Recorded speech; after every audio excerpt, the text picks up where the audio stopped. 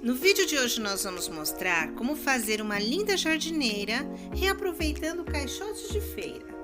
E se você já gostou dessa ideia, já deixa o like para ajudar na divulgação desse vídeo. E se for novo por aqui, já se inscreva e ative o sininho, assim você será informado quando tivermos novos vídeos, sempre ideias econômicas e sustentáveis. A ideia foi reaproveitar ao máximo o caixote inteiro, para não ter que ficar desmontando completamente. A experiência que a gente tem é a parte mais demorada, mais trabalhosa, é mesmo desmontar e remontar tanto o pallet quanto os caixotes. E usamos a madeira de um segundo caixote para fazer as pernas e o rosto da vaquinha. Serramos para ajustar a medida do caixote à medida do vaso que a gente vai colocar dentro.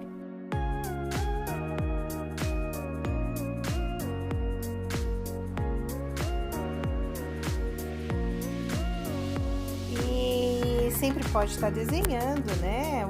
Outras ideias, outros bichinhos ficam muito simpáticos também.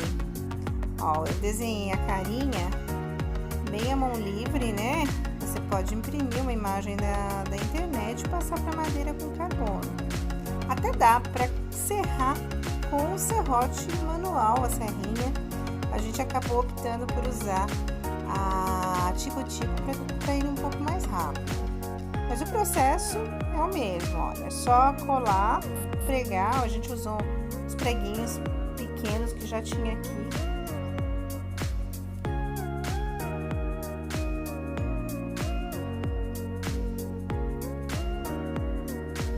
Dá um efeito bem legal a nossa jardineira. Aí é só lixar e pintar conforme o gosto. Eu utilizo sempre tintas à base de água, porque tenho alergia às outras, né?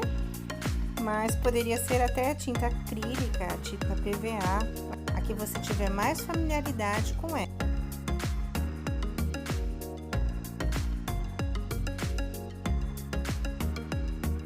Sempre é bom passar um verniz para proteger.